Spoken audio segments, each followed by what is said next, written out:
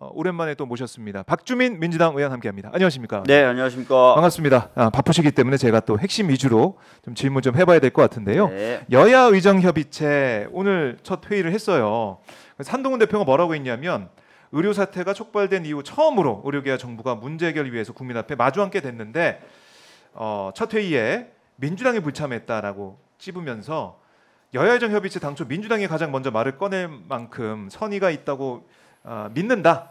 여기 모인 우리 모두는 참여를 기다리고 언제든지 환영한다. 이런 얘기를 했습니다. 민주당을 향해서 기다리고 있다. 빨리 와라. 환영한다. 이렇게 얘기를 했는데 이 보도만 보고 이 말만 보면은 민주당이 좀 어깃장을 놓고 있는 게 아니냐. 그렇게 막 하자고 막 하면서 왜 참여 안 했냐. 비판하는 것 같거든요. 어떻게 좀 말씀하시겠습니까? 여야 의정협의체는 한동훈 대표 말대로 우리 민주당이 먼저 제안한 겁니다. 맞아요. 그리고 여야 의정협의체가 성공적으로 작동을 해서 현재 의료 대란을 해결하기 위한 조건들을 계속 제시해 왔던 것도 민주당입니다. 네. 민주당이 이제 제시했던 조건은 의료계의 입장을 받아서 25년도 정원 규모 늘린 거, 네. 그 부분에 대해서도 논의 테이블에 올릴 수 있어야 된다는 주장을 계속 해왔던 것이고요.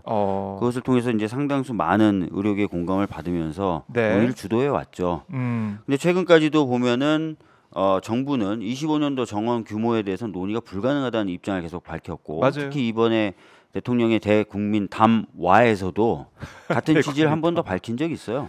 그렇기 때문에 이번에 이제 여야 의정 협의체 뭐 출범한다는 식으로 보여주기식으로 지금 하고 있지만 실질적으로 참여할 수 있는 의료계 단체는 매우 제한적일 뿐만 아니라 현재 참여를 밝힌 두 단체마저도 25년도 정원에 대한 논의가 안 되면 진정성 있는 대화가 되기 어렵다는 게 기본 입장입니다. 그래서 뭔가 그냥 모양만 갖춘다라고 하는 것은 안 되고, 저희들은 진짜 실질적인 여야 의정 협의체 구성을 위한 노력을 하고 있고 조건을 만들어가고 있다. 민주당은 그렇게 보는 게 오히려 맞을 것 같고요.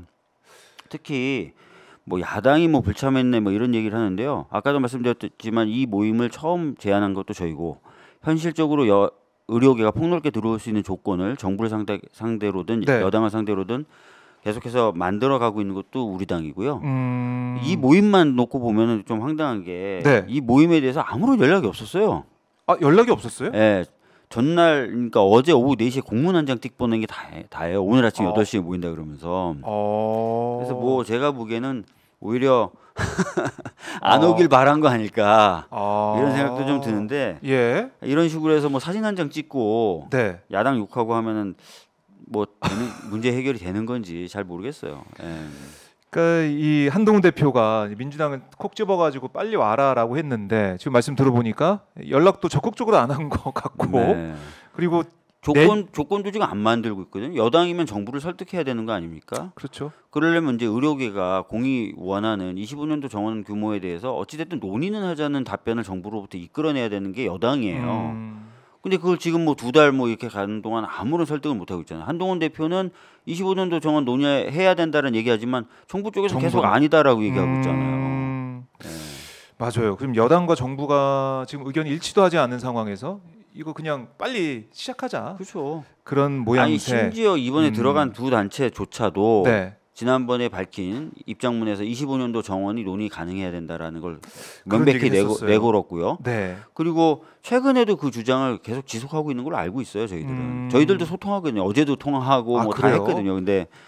그런데 과연 이런 식으로 그냥 조건도 제대로 갖춰져 있지 않은데 출범이라는 것을 던지기만 하면 되는 건지. 지금 보니까 12월 말까지 의미 있는 결과 도출키로 했다라고 오늘 1차 회의에서 이렇게 얘기를 했던데, 이게 이렇게 안 될 가능성도 지금 커 보이는 거죠. 커 보이는 거죠. 왜냐하면 정부가 우리 당이 계속 주장해 왔고 또 의료계가 계속 요구한 것처럼 어찌됐든 25년도 정원에 대해서 논의를 좀 해볼 수 있는 여지를 좀 만들어줘야 돼요. 그래야 이제 진실성 있는 대화가 되는 건데, 아직까지도 25년도 정원에 대한 입장이 명백히 정리가 안 돼 있어요. 여당과 정부가. 그래요. 그러면 민주당에서는 어떻습니까? 계속 이 협의체는 참여할 수가 없다 이런 입장입니까? 그러니까 저희는 이 협의체를 최초 주장한 사람으로서 막대한 책임감을 가지고 있고요. 이 협의체가 성공적인 협의체가 될 수 있도록 조건을 만들고 있는 겁니다. 아까도 말씀드렸던 것처럼 의료계가 대폭 들어와야 돼요. 현재 의료 공백을 해소하기 위해서는. 그러기 위해서는 또 정부가 달라진 태도를 취해야 됩니다. 음흠. 그래서 한편으로 저희들은 의료계를 설득하고 있고 네. 어제만 해도 제가 의료계하고 계속 통화를 했고 한편으로 또 정부도 저희가 설득을 해야 되는 상황인 거예요. 무조건 출범 이렇게 한다고 의료계가 설득되거나 네. 정부가 태도를 바꾸거나 그런 건 아닌 거거든요. 그래요. 그러니까 어제 같은 경우는 이면택 의협회장이 이제 사실 탄핵을 당했지 맞습니다. 않습니까? 예. 그래서 모레 되면은 비대위가 출범한다고 하는데 13일 날 13일에 선거를 하죠. 예. 비대위 선거. 네. 예. 그래서 그렇게 되면 좀 의협도 좀 입장이 달라지고 전공의들도 사실 이면택 회장에 대한 반감이 컸기 때문에 네. 새로운 지도부가 들어서면은 좀 의견 조율이 잘 돼서 좀 잘 풀리는 게 이제 아니냐. 그런 노력도 정치권이 해야 되는 거예요. 그리고 그런 대화가 잘 될 수 있도록 옆에서 도와야 되는 상황이고 네. 또 한편으로는 그런 것들을 끌어내기 위한 조건이라는 의미에서 정부도 좀 더 유연한 태도를 가져야 되고 그 작업을 누군가는 해야 되는 거예요. 지금 상황에서. 당장 무슨 여야 의정 협의체 사진 찍는 게 중요한 게 아니라. 그러네. 근데 실질적인 그런 노력은 사실 여당은 안 하고 있거든요. 아까도 말씀드렸던 대로 여당이 정부를 설득하는 게 주요 역할인데 정부를 뭘 설득하고 있습니까 지금? 다 저나 우리 당이 설득하고 있지. 그렇네요. 예. 그러니까 한동훈 대표도 사실은 이 25년부터 논의할 수 있다라는 얘기만 했지. 그걸 가지고 정부가 다른 얘기하는 것을 해내고 있지 않잖아요. 그렇네요. 예. 말만 하고 예. 서로 다른 입장을 내놓고 있는 상황에서 다 다른 얘기를 하고 있는데 오늘 만나긴 만났어. 네. 과연 그게 어떤 도움이 될까? 실질적인 도움이 안 될 것이다. 그래요. 자, 민주당이 오히려 더 수면 아래에서 더 열심히 노력을 하고 있다. 정부 좀 입장을 바꿔서 나와라. 이렇게 의료계에 얘기하신 걸로 대해서도 저희들이 정리하겠습니다. 계속 얘기를 하고 있고요. 네. 정부에 대해서도 계속 얘기를 하고 있어서 좋은 조건이 형성이 돼서 네. 많은 의료계 인사들이 들어오고 그래서 현실적으로 이번에 의료 대란이라고 불리는 의료 공백 사태를 해결할 수 있는 틀거리를 만들어야 돼요. 네. 그런 노력은 안 하고 무조건 한두 단체와 같이 뭐 힘을 합쳐가지고 출범. 물론 한두 단체 되게 중요하지만 네. 그것만으로 문제가 해결되진 않는다는 거예요. 알겠습니다. 자, 이제 의료 문제는 더 저희가 다음 기회에 들어보도록 하고 네. 지난 8일에 대통령 임기 단축과 대통령 중임제를 핵심으로 하는 개헌 추진 연대가 출범이 됐는데 네. 보니까 민주당, 뭐 조국혁신당, 사회민주당 소속 국회의원 26명 여기다 뭐 지역위원장, 시민사회 단체들이 함께한다 네. 하고 제가 듣고 있는데요. 네. 그러니까 임기를 줄여서 줄이는 개헌으로 내년 5월에 물러나게 하겠다 이런 얘기로 들리는데 맞죠? 이런 네, 현재 뜻입니까? 가지고 있는 목표는 그렇습니다. 네. 왜 지금 개헌 논의가 필요한지 어떻게 좀 설명하시겠습니까? 솔직히 네. 이번 대국민 담화를 보면 아시겠지만 많은 국민들의 비판과 많은 국민들의 문제 제기에도 불구하고 대통령이 바꾸겠다는 건 딱 하나죠. 네. 핸드폰 번호 바꾸겠다는 거예요. 맞아요. 네, 이런 상황에서 과연 국민들이 네. 계속 참고 있어야 되는 것이냐, 그리고 아무것도 진전되지 않는 이 상황을 계속 견뎌야 되는 것이냐. 네. 저는 그거는 헌법이 용인하는 질서가 아니라고 생각합니다. 그렇다면은 이런 부분을 해결을 해야 될 것 같고요. 네. 해결하기 위한 방법으로 많은 사람들이 거론하는 것 중에 하나가 본인이 스스로 하야하는 것도 거론하고 있어요. 근데 그건 거의 가능성이 없죠. 네. 탄핵에 대한 이야기도 합니다. 뭐 탄핵도 가능한 방법일 수 있습니다. 예. 그러나 탄핵의 경우에 사실 뭐 최종적인 결정은 헌재가 하게 되는 것이고 경우에 따라서는 헌재 재판관들의 정치적 성향에 따라서 우리 국민들이 생각하는 상식적 결론이 안 나올 수도 있는 것 아니겠습니까? 네. 그렇다면은 국민들이 참여할 수도 있고 또 국민이 바라는 결과를 보다 신속하게 낼 수도 있는 개헌이 바로 더 효과적인 그런 수단이 될 수도 있다라고 생각을 하는 겁니다. 네. 개헌을 하려면은 이게 지금 절차에 대해서 아마 많은 분들이 잘 모르시는 부분이 있을 것 같아요. 이게 사실 3분의 2. 네, 3분의 2가 국회... 발의를 해야 되고요. 발의를 3분의 2. 예, 그다음에 국민 투표를 거쳐야 되는 거죠. 발의는 그렇지 않고 국회에 승인이 있어야 되고 승인이 이제 통과가 3분의 2. 예, 그다음에 국민 투표를 거쳐야 되겠죠. 예. 사실 그래서 국민 투표라는 절차가 있기 때문에 국민 참여 절차가 오히려 보장이 되어 있는 거죠. 헌재에서 하는 게 아니라 국민이 직접 투표한다. 예, 판단을 하는 거죠. 그래서 그런 부분에서는 의미가 있어요. 근데 이게 과연 이 임기 단축에 대해서 우리가 개헌했던 적은 한 번도 없잖아요. 그렇죠. 그래서 안 가본 길이기 때문에 가능할 것이냐. 또 막상 임기 단축 개헌을 한다고 했을 때 국민들이 좀 편하게 와서 투표하고 이럴 것이냐. 이런 우려는. 근데 뭐 이런 부분도 있어요. 탄핵이라는 절차가 원래 마련되어 있는 임기 단축의 네. 수단인데 실제로 탄핵을 한번 해보셨어요, 국민들이. 그렇죠. 그때 겪었던 것 중에 하나가 권한이 정지되면서 권한 정지된 대통령이 계속 그 자리에 있습니다. 그죠? 그러면서 권한 대행이 들어섰는데 네. 이 권한 대행의 권한의 범위는 어딘가에 대한 논란도 계속 있어왔고요. 과연 권한 대행으로 된 사람은 탄핵된 대통령과 소통을 해서 대통령 뜻을 집행하는 건 아닌가? 그럼 또 국민의 뜻에 반하는 거 아닙니까? 그런 등등의 불안감이라든지 네. 또는 불비, 입법적 불비가 있어 왔잖아요. 그래서 그런 부분 사실 조금 더 그 당시에도 박근혜 탄핵 당시에도 그런 부분이 좀 더 다듬어져야 된다. 보충되고 보완돼야 된다는 얘기가 있었어요. 네. 그리고 헌재에 넘어갔을 때 제가 그때 탄핵소추위원이었는데 헌재의 절차는 과연 어떤 방식으로 진행돼야 되느냐? 네. 형사적 절차냐, 행정적 절차냐, 민사적 절차냐 여러 가지 논란이 그때도 있었어요. 그래서 사실은 그 이후에 뭔가 좀 정비가 돼야 된다고 했지만 여전히 그 부분은 아직 정비가 되지 않은 상태입니다. 그래요. 그래서 오히려 탄핵이라는 것이 네. 뭐 저는 뭐 필요하다면 할 수도 있고 당연히 뭐 그게 선택될 수 있는 수단이라고 생각하지만 이런 요소들을 생각해 보면은 네. 그런 요소들을 커버할 수 있는 방안으로 개헌이라는 것도 적극적으로 검토해 볼 만한 필요가 있다라고 생각을 하는 거죠. 예. 아까 뭐 신인규 변호사 인터뷰도 했지만은 이게 임기 5년을 보장받고 뭐 들어간 뭐 대통령이기 때문에 이게 우회해서 헌재를 피해서 국민투표로 임기 단축이 된다고 하면 대통령이 또 헌재에다가 권한쟁의 심판을 비롯해서 여러 가지 또 혼란을 야기하는 일이 있는 게 아니겠느냐. 그렇지 않죠. 왜냐하면은 이거는 국민투표라는 걸 거치게 돼요. 그러니까 단순히 입법기관인 국회만의 힘으로 네. 또는 국회만의 판단으로 이러한 과정과 결과가 도출되는 게 아닙니다. 전체 국민이 참여하시는 거예요. 그래서 국민들이 판단하시는 거고 네. 그렇기 때문에 이제 권한쟁의 심판이나 이런 것들이 제가 보기에 이루어지기 어렵고 만약에 이루어진다 하더라도 결론이 뭐 달라질 이유는 없습니다. 예. 국민들이 직접 투표해서 결정하기 하잖아요. 때문에 예. 그걸 뛰어넘는 건 있을 수 없을 그렇죠. 것이다. 예. 아시다시피 우리가 이제 제헌 권력, 국회 네. 헌법을 만들 수 있거나 개정할 수 있는 권력 국민으로부터 나오는 거거든요. 그렇죠. 예. 그리고 모든 권력은 국민으로부터 나오고 그 권력을 각 국가기관이 나눠서 위임받은 겁니다. 우리 헌법의 권력이라는 단어는 단 한 번 나오고요. 그게 바로 모든 권력은 국민으로부터 나온다에 그때 쓰이는 거고 예. 그 권력이 쪼개져서 권으로 사법권, 입법권, 행정권으로 나눠져서 각 기관이 갖는 것뿐인데 예. 대통령이 내가 갖고 있는 행정권일 입법권이 침해한다라고 했지만 네. 국민이 권력을 갖고 있어요.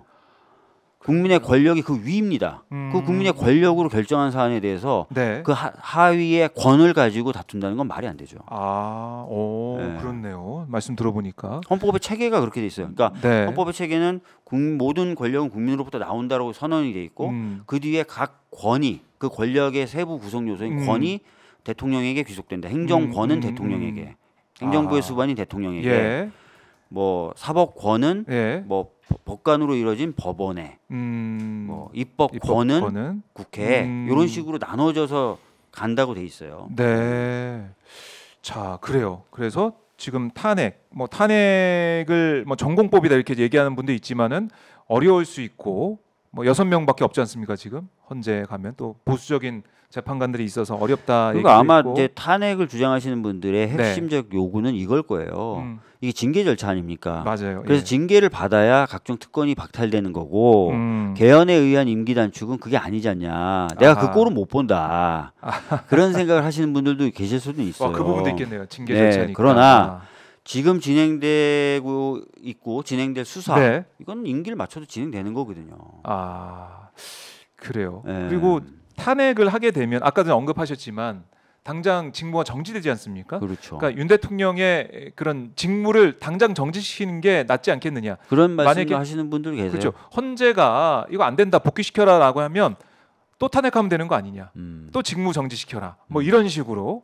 근데 이제 아까도 말씀드렸던 것처럼 개헌의 속도를 좀 빨리 할 수 있다면 그러면 뭐 이제 그 말씀하셨던 빨리 직무를 정지시키는 거하고 큰 차이가 없을 수도 있고 아까도 말씀드렸던 대로 권한대행이 국무총리거든요. 그럼 한덕수 국무총리가 권한대행을 하게 되는 거예요. 현재 체제면. 그렇죠. 그럼 한덕수 국무총리의 권한대행은 용인이 될 것이냐. 그 부분도 판단을 해보실 필요는 있어요. 네. 이번에 시정연설 대독하면서 연습하신 거 아니에요? 연습.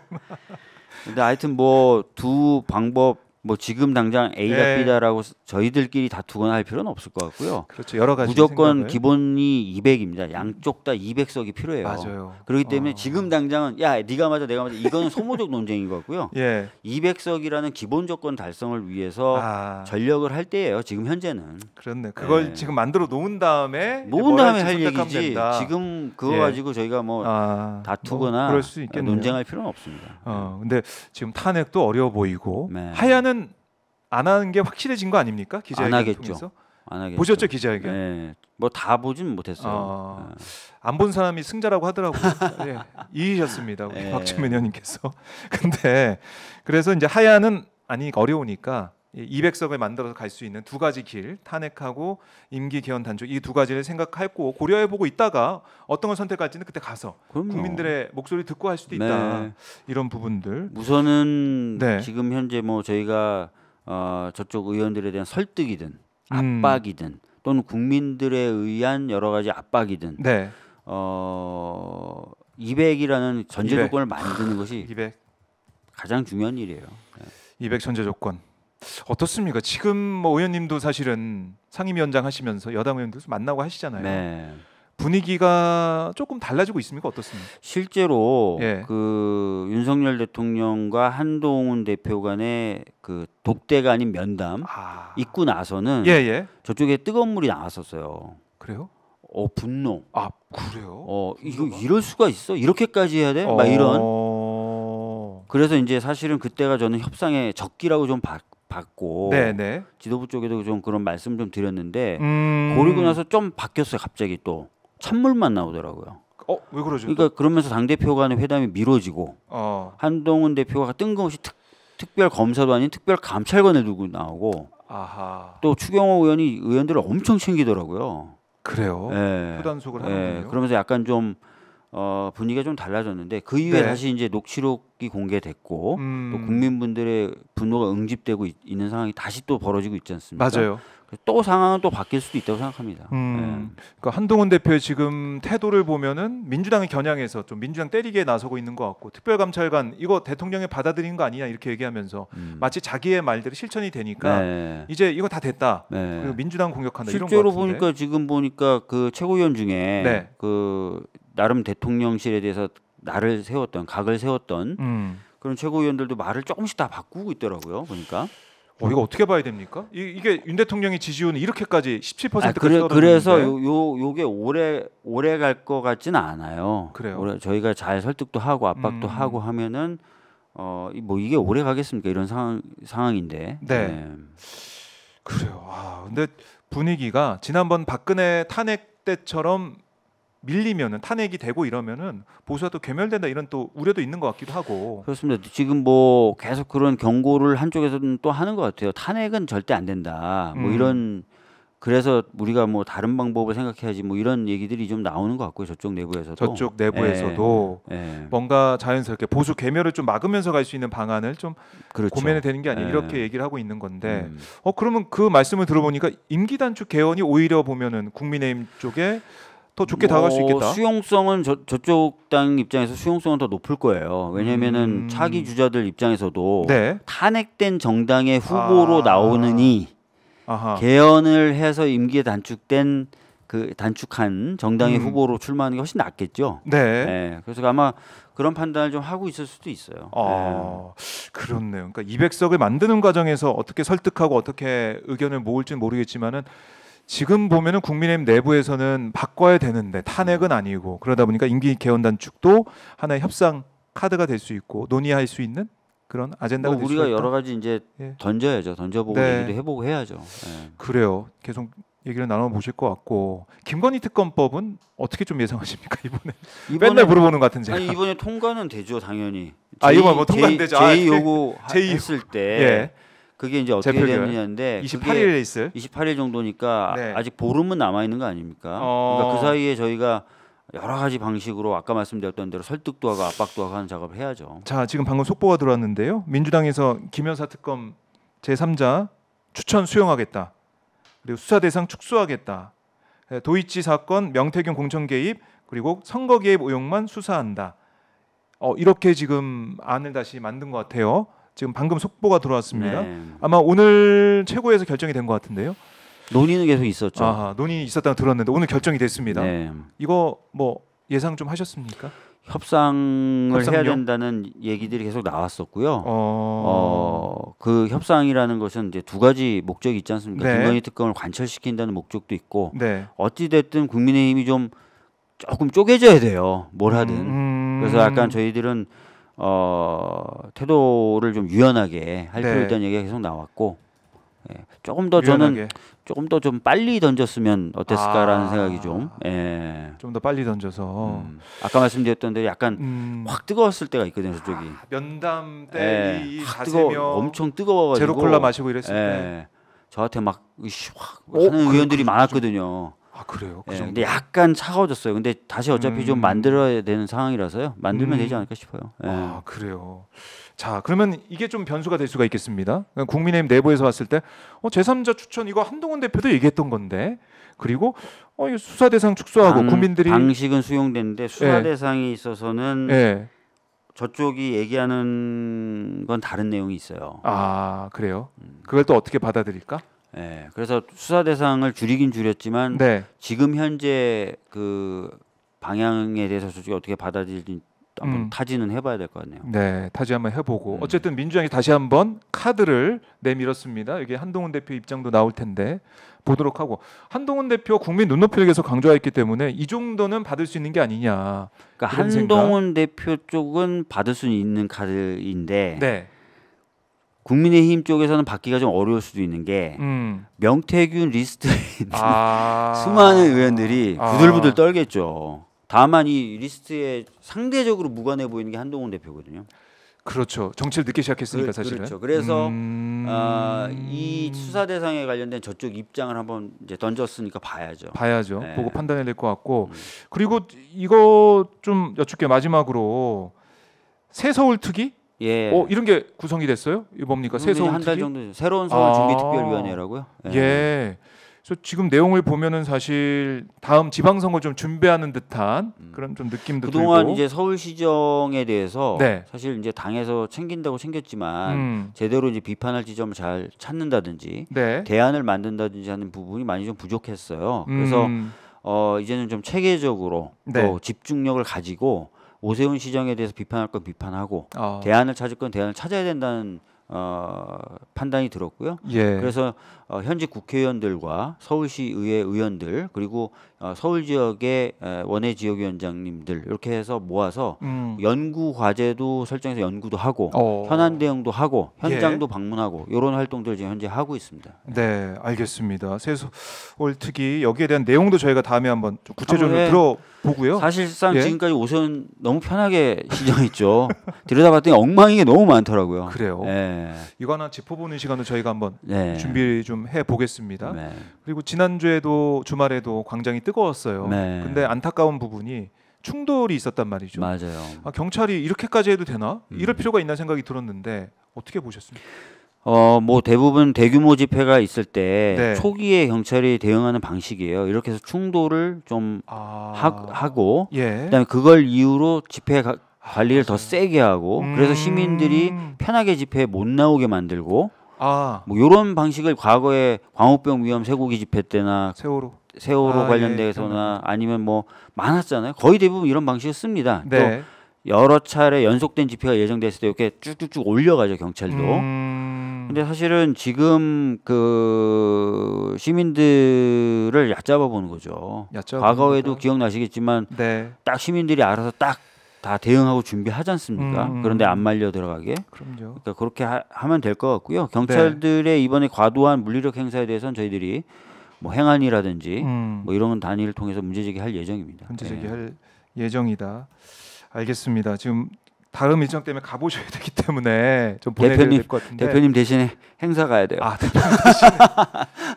아니 그럼 이거 한번 여쭤보고 싶어요. 네. 이번 주 금요일에 이재명 대표 1심 선고에 대해서 국민의힘 계속 생중계하자고 하고 있는데 이거 어떻게 보고 계십니까? 법률가로서. 생중계. 재판은 공개돼 있는 거고요. 공개돼 있죠. 사실. 예, 그다음에 판결문도 나중에 공개돼 있는데 이거 맞아요. 생중계까지 하는 건 지나치게 과도하다. 오히려, 정치적 의미가 오히려 세게 가미될 수 있다. 그렇게 되면 재판에 그런 생각이 들어서 저는 좀 반대하는 입장이고요. 네. 자꾸 이제 이런 식으로 얘기하는 것 자체가 판사들에게 무언의 압력으로 작용될 수 있어요. 그래서 이런 정치적 시도나 정치적인 언사는 좀 자제돼야 된다. 그렇게 생각합니다. 네. 알겠습니다. 오늘 의원님 좀 일찍 보내드리고 다음에 또 저희가 인터뷰 요청을 하겠습니다. 의원님 가시기 전에 시청자분들께 끝으로 짧게 한 말씀. 예, 열심히 하겠습니다. 의료 공백도 저희들이 최선을 다해서 해결하려고 노력하겠고요. 등등등 열심히 하도록 하겠습니다. 알겠습니다, 의원님. 고맙습니다. 네. 네.